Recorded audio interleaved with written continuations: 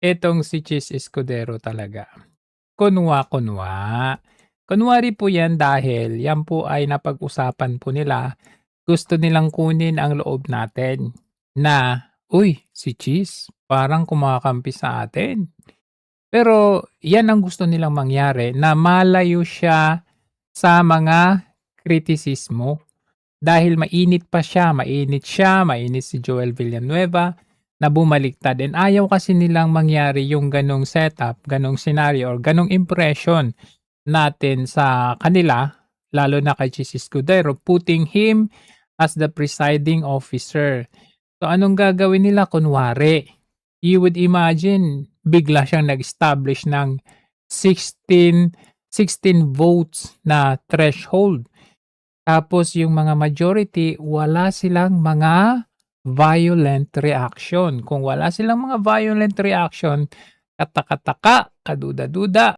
And actually, ito kukonek natin ito dito sa ginawa ni Chis Escudero. Nung bigla siyang sumulpot sa Senado at nagkaroon ng quorum para palitan yung Senate pro tempore dahilan upang natanggal nila Senator Marcoleta o yung Blue Ribbon Committee natin para hindi na may pagpatuloy yung flood control, and at the same time that created the chaos sa Senado na para magkaroon na ng finally ay palitan si Senator Alan Peter Cayetano. Balikan natin ito.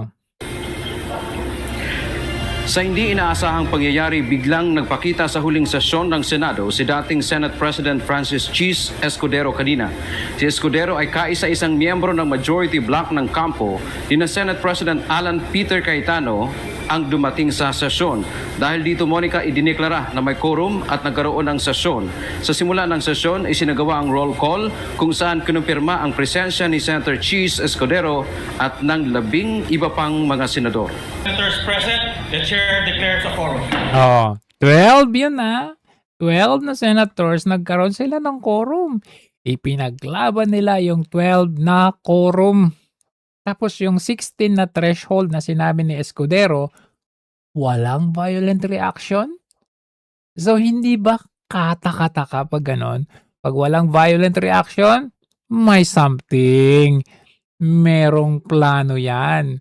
At bakit nga ba kasi itong si Escudero ay tila baga parang naho-hostage Parang may kinakatakutan kasi siya na parang kita nyo nagkasama-sama sila doon sa nangyaring siege sa Senate. Matindi ang pinagdaanan nila doon. Iniwanan sila ng minority noon. Iniwanan sila nung time na yun at nagkasama-sama ang majority ni Cayetano during that time. Biruin ninyo may nangyaring pagpapaputok ng barel. So, hindi ho ba talagang mabigat yun, nasamahan sana, pero biglang nandyan. Bakit kaya? Hindi kaya dahil dito? 3 buwan nang paso ang kontrata pero nakatiwangwang pa rin ang isang flood control project sa Valenzuela. Sino kaya ang nasa likod ng proyekto? Alamin sa exclusive agenda report ni Joash Malimban. Patong-patong na mga kinakalawang na sheet piles at mga nakausling bakal ang naabutan namin sa bahaging ito ng Kanumay Creek, Barangay Kanumay West, Valenzuela City. Isa ito sa mga flood control project na kasama umano sa listahan ng mga proyektong ibinigay ni former DPWH Undersecretary Roberto Bernardo kay Maynard Ngu. Ang tech billionaire at former government envoy na itinuro ni Bernardo bilang bagman ni Senator Chis Escudero. Yung pala yun? Yung pala ang rason? Bakit parang takot na takot si Escudero? Sa isang Senate Blue Ribbon Committee hearing, Meron palang bagman, may natanggap pala, may delivery pala. sinabi ni Bernardo na nasa 20% ang komisyong ibinigay kay Ngu na para umano sa senador mula sa 2025 budget. Sometime early 2025, I made the first delivery of 160 million for Senator Chis Escudero. Oh! Escudero! at the Cherry Mobile Building at Maynard Ngu in Apacible Street, Manila. Thereafter, early 2025, I made the second delivery of 120 million for Senator Chis Escudero, also at 120 million? the Cherry Mobile Building of Maynard Ngu. Ayon sa Ah, DPWH Transparency Portal, March 27, 2025, ang contract effectivity date ng oh, tingnan nyo naman ng project na yan, oh. March 27, effectivity. Tapos ang sabi, ang expiry, March 21. Tapos ni-report nila na 90% tapos na pero hindi pa pala. proyekto at may expiry date na March 21, 2026. Pero ilang linggo na lang, magsosola na uli si PBBM at nananatili pa rin itong nakatiwangwang. Mahiya naman kayo. Oh, mahiya ka naman, Cheese. Ang dami niyong dapat mahiya dyan, hindi si Senator Marcoleta. At bagaman ganito pa rin ang itsura, nasa 93% accomplished na raw ito. Oo, 93% pala yan. Nasa 100 97 million na. million pesos ang budget para sa project at hawak ng top-notch Catalyst Builders. Kasalukuyang nahaharap sa ilang kaso sa DOJ ang may-ari ng top-notch dahil sa mga maanomalyang flood control project sa Bulacan. Kasama si Siomai King founder Jonathan So at ang BGC Boys. Nakausap namin ang ilang trabahador sa project site. Tumanggi silang humarap sa kamera para raw sa kanilang seguridad. Pero sa kanilang pagkwento, pansamantala silang huminto sa trabaho matapos pumutok ang flood control scandal noong nakaraang taon. Bumalik daw sila sa paggawa bandang last quarter ng 2025 at tuloy-tuloy na raw hanggang sa kasalukuyan. Nang tanungin namin kung gaano na sila katagal na empleyado ng Top Notch, dito ikwinento ng mga trabahador na hindi sila empleyado ng kumpanya.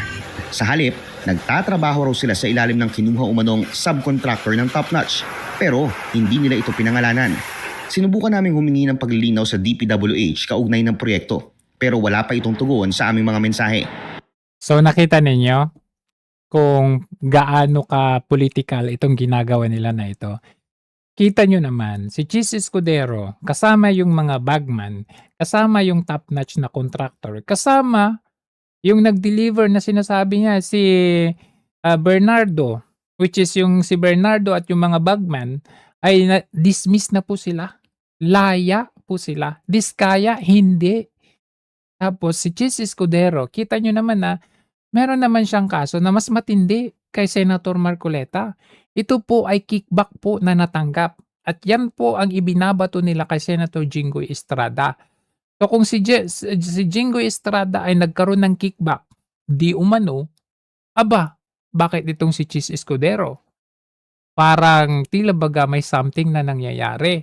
Tapos, yung nag-donate at saka yung dinonatean nung kampanya na marami din namang politiko ang gumagawa niyan, pati si Marcos Jr., ganun din. Sabihin natin kahit si VP Sara, meron din. So bakit si Marcoleta lang ang nakasuhan ng ganyan? So, kitang-kita dito na may mas mabigat pa na gumawa, nakatanggap at nag-donate or kickback na dapat makulong. Bakit si Marcoleta lang? In fact, ito yung balita ngayon, SC dismisses petition versus Escudero. Hindi wow. COMELEC unit over campaign donations. Aba, bukod sa campaign donations na 30 kay Escudero, aba, yung project na ginawa or nagbenepisyo yung contractor na kasabwat ni Chis Escudero, abay na-dismiss. So, saan ka nakakita ng ganito? Paano na tayo makakakuha ng totoong accountability nito kung sila din lang naman ang nakikinabang sa larong ito? And resolve the petition for review dated 23. Ayan. Tapos, June 3, ito po ang kanilang decision na kesyo medyo wrong legal matter daw ang nangyayari. Yan, Escudero earlier confirmed. Yan.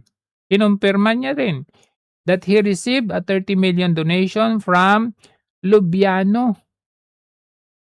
Ayan for his bid. He clarified that he did not help the firm secure major flood control. Paano kami maniniwala?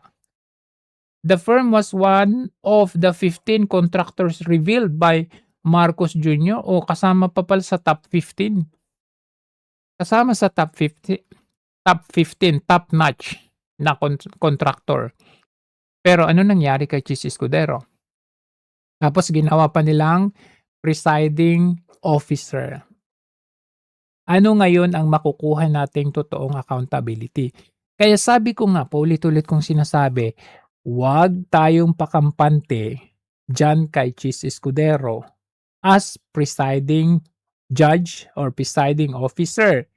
Kaya tama lang ang ginawa ni Atty. Torion na pumunta sa Korte Suprema at i-question yung credibility ni Escudero bilang presiding officer. Adi ilagay nila si Gatchalian na sila naman ang nagluklok bilang Senate President. O di yun ang ilagay kasi yun yung tama. Tignan natin kung paano magkalat itong si Win Gatchalian.